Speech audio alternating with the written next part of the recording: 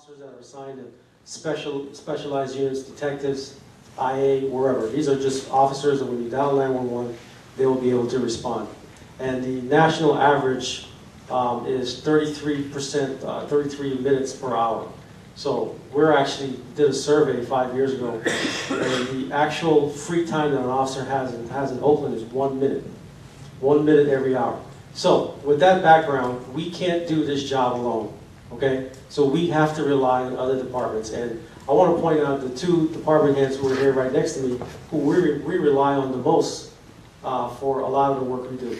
Chief Harris mentioned the probation department and some of the work they're doing with compliance checks. So she's actually committed one of her officers to work to supplement one of our teams of officers. We have 4 officers, 1 probation and 1 parole officer, so a total of 6. And their sole job is to go out and do compliance checks of Oakland probationers and parolees. And there's over 4,000 of them.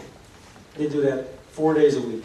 That's all they do. We just started doing that in October, and we're fortunate to have her commit that kind of resource. She talks about ceasefire.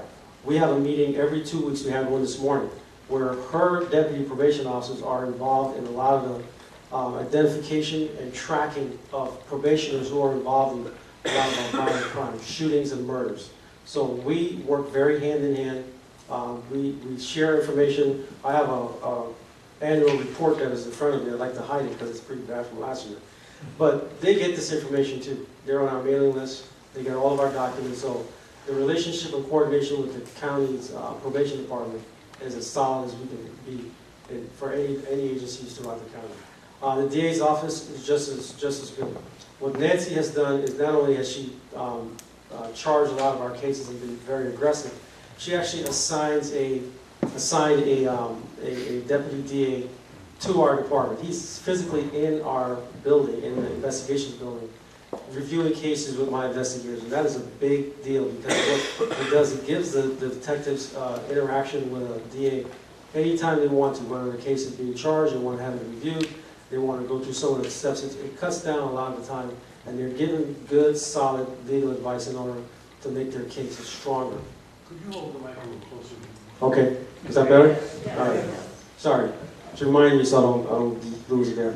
But the other thing that she does is she also has a district attorney that's assigned to our ceasefire force, and that's John Creighton. And every case that we get where someone that we're focusing on that has been involved in violence, we take that case directly to him. And so he has a knowledge of all the people that we've been looking at, people that we're focusing on to reduce violent crime in Oakland. In addition to that, she has the Safe Task Force, and we're assigning an officer there here in March. But these are officers that go around the county. Unfortunately, a lot of their work is spent in Oakland because they do compliance checks.